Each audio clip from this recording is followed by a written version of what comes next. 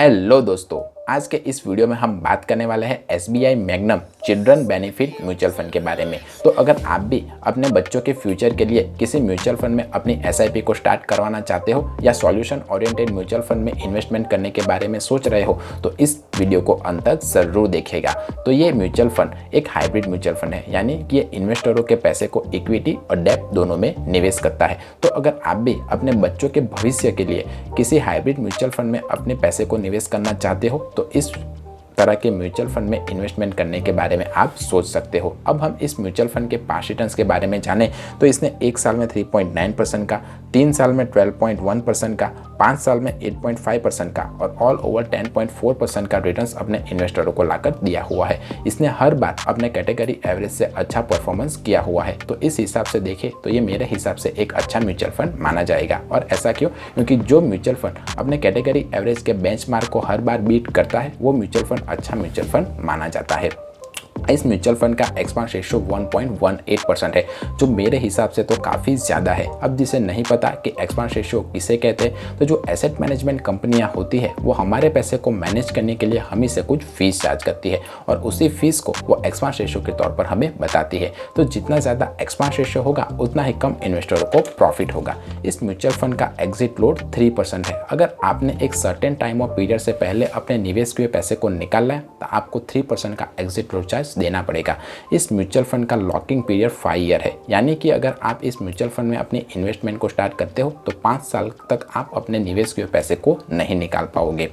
इस mutual fund का AUM यानी कि जो एसेट अंडर मैनेजमेंट है वो 604 करोड़ रुपीस के आसपास है और ये mutual fund benchmark CRISIL hybrid 35+65 aggressive को फॉलो करता है।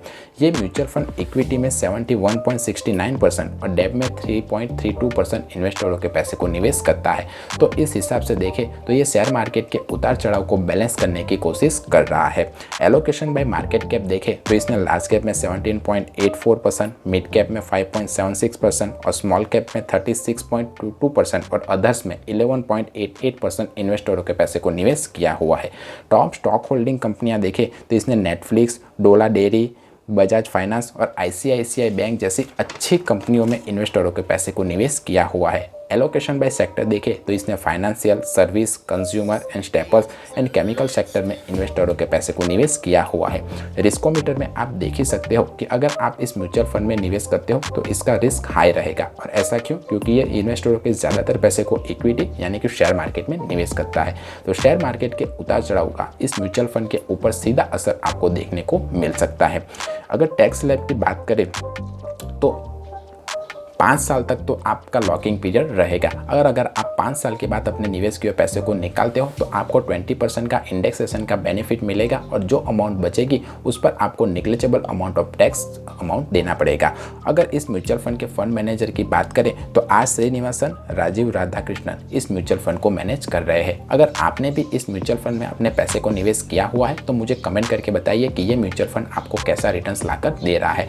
और अगर आप मेरी सलाह मानना चाहें तो मैं एक सॉल्यूशन ओरिएंटेड म्यूचुअल फंड में अपने पैसे को निवेश करने की जगह एक अच्छे स्मॉल कैप म्यूचुअल फंड में पैसे को रोकना ज़्यादा प्रीफर करूंगा, क्योंकि small cap mutual fund long term में अच्छा खासा रिटर्न्स आपको जनरेट करके दे रहे हो। क्योंकि वैसे भी आप ये म्यूचुअल फंड अपने बच्चों के लिए ही सेविंग कर रहे हो, यानी कि 20-25 साल तक आप इस म्यूचुअल फंड में अपने पैसे को निवेश करोगे ही करोगे।